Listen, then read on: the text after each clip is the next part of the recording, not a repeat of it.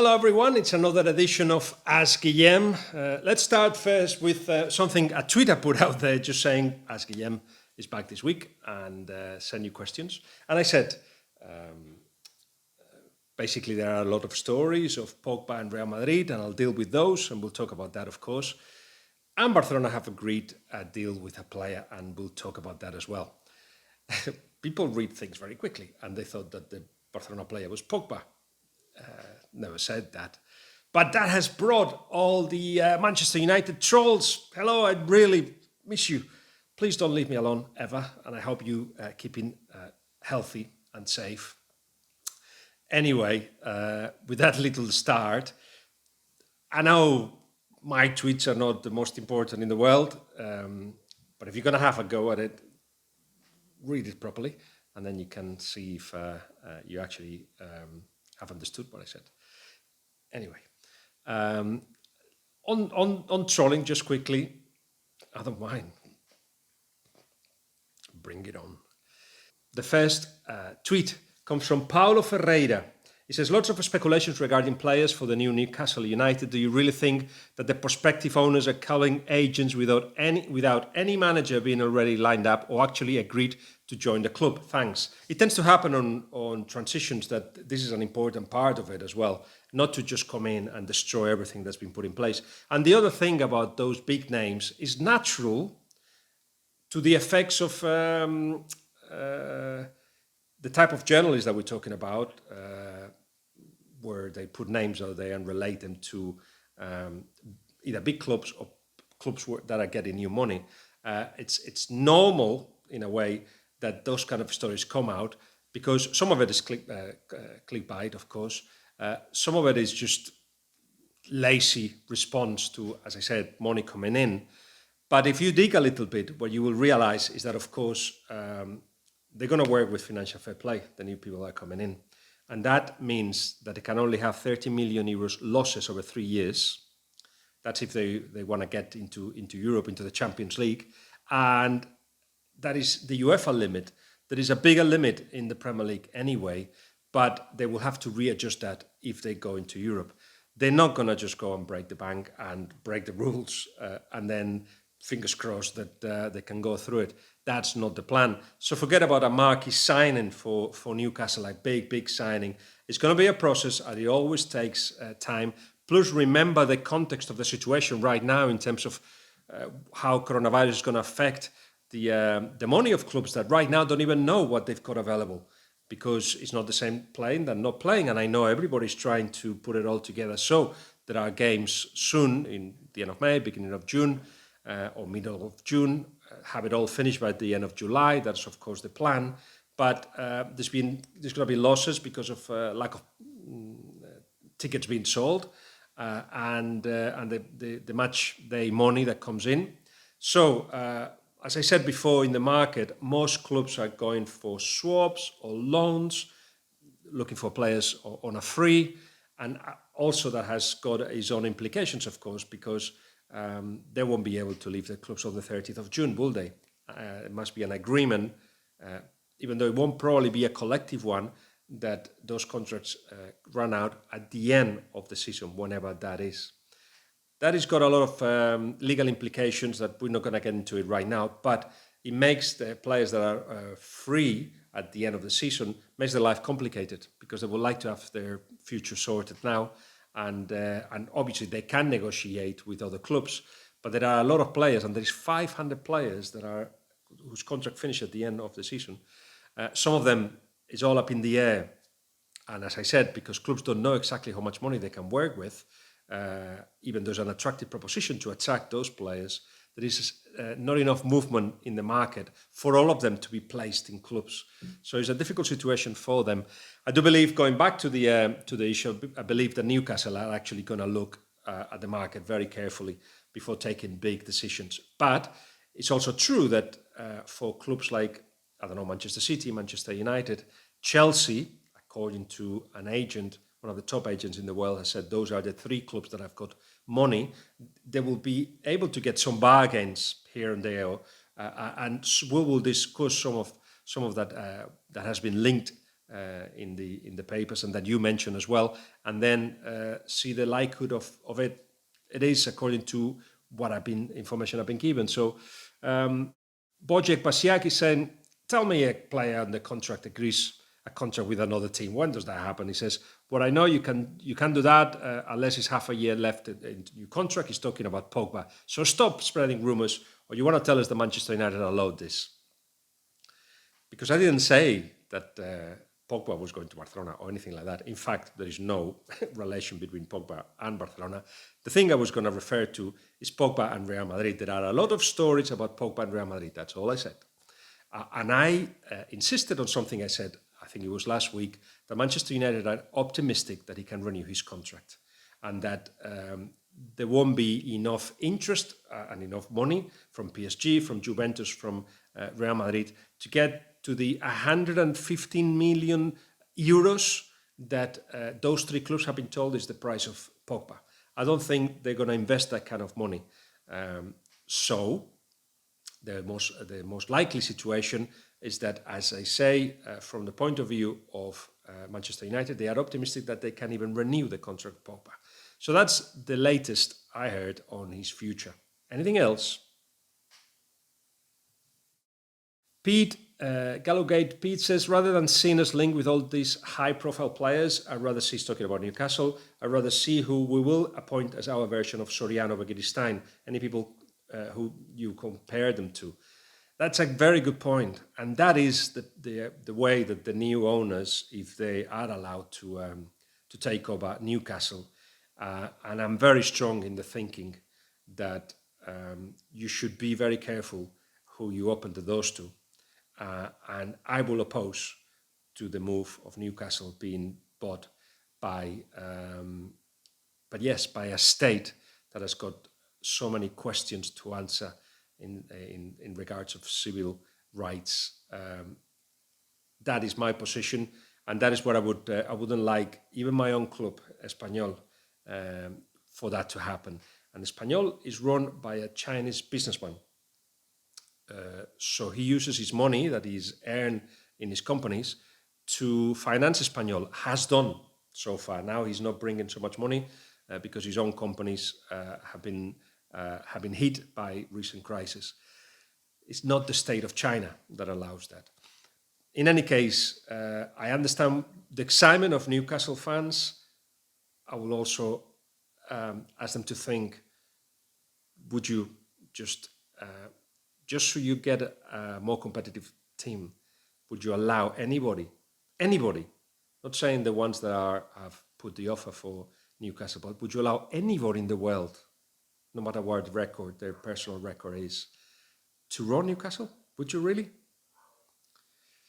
I disagree with that. But in any case, yes, Monchi would be one obvious choice, or anybody who's been under the belt of Monchi, or anybody who's worked under his wings, and basically Monchi's now at Sevilla, left Roma. He's very, very settled in Sevilla. He wouldn't leave, but his dream has been at some point to actually come to the Premier League.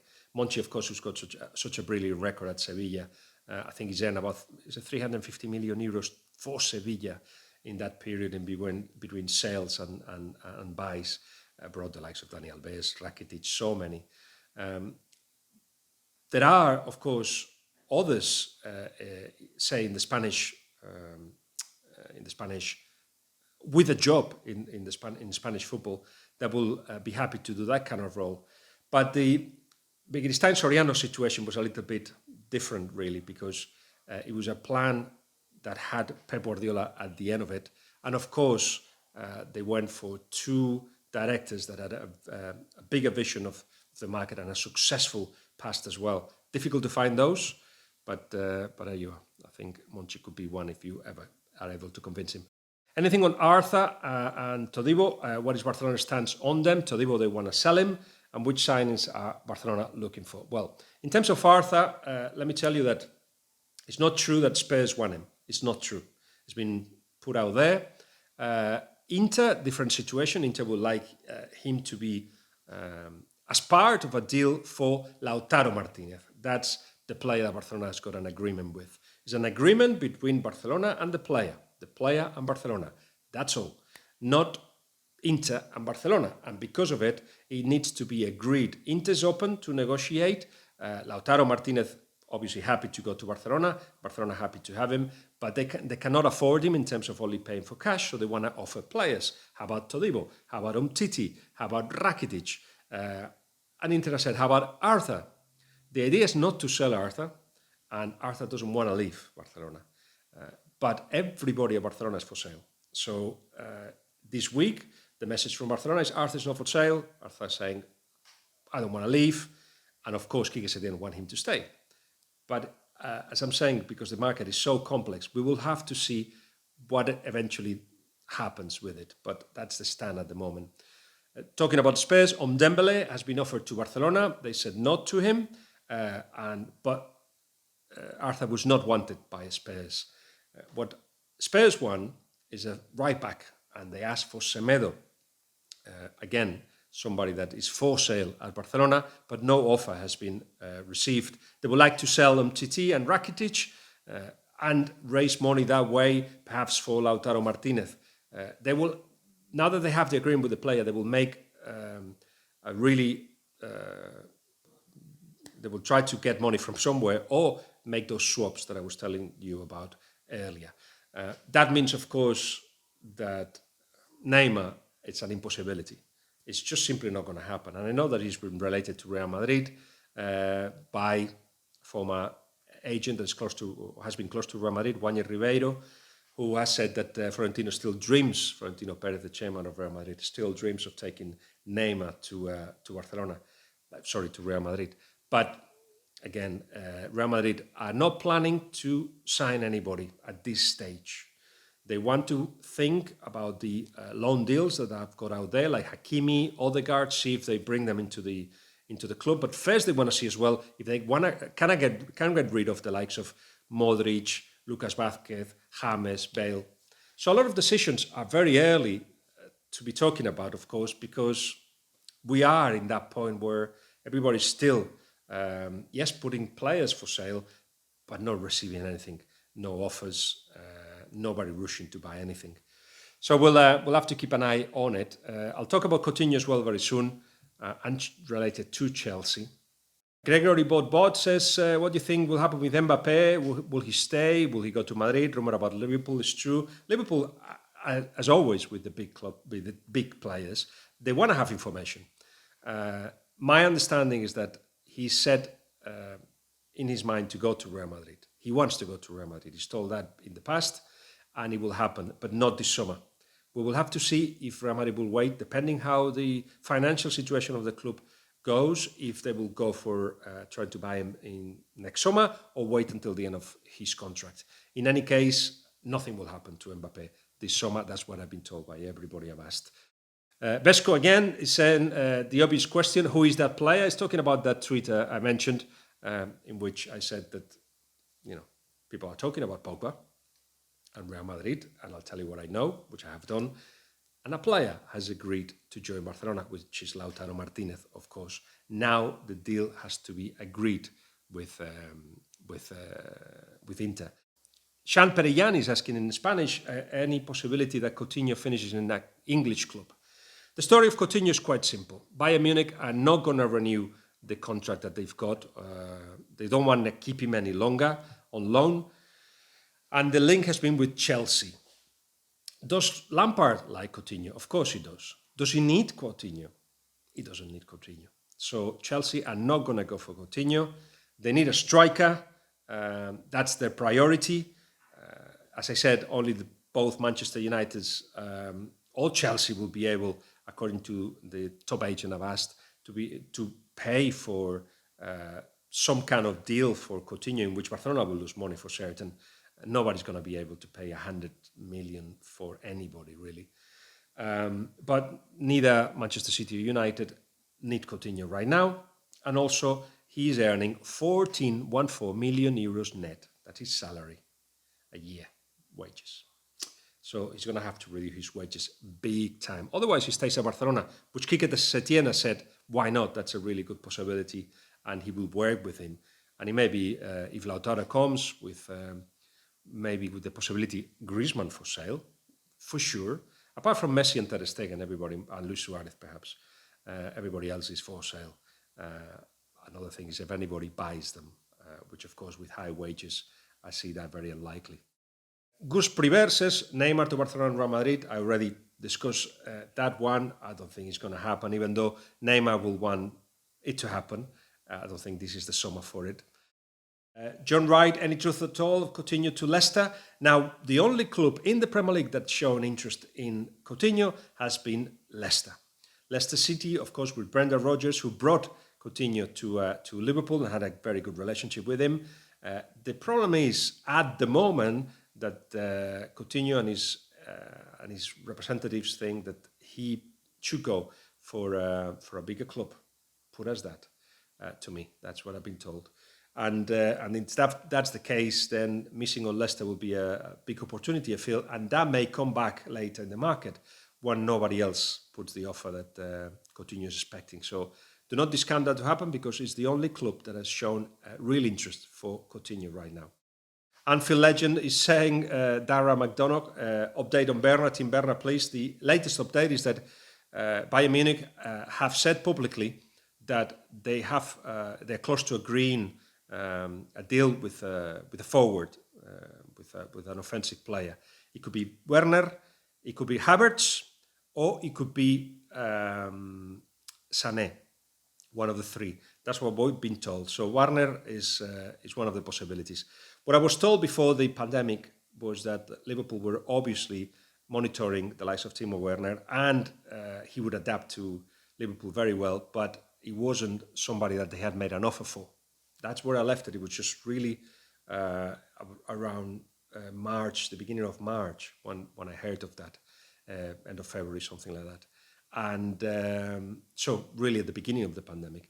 And there was no offer for Timo Werner. I just don't see how this can happen under the circumstances that we're living at the moment. Any Chelsea news from Richie Parral?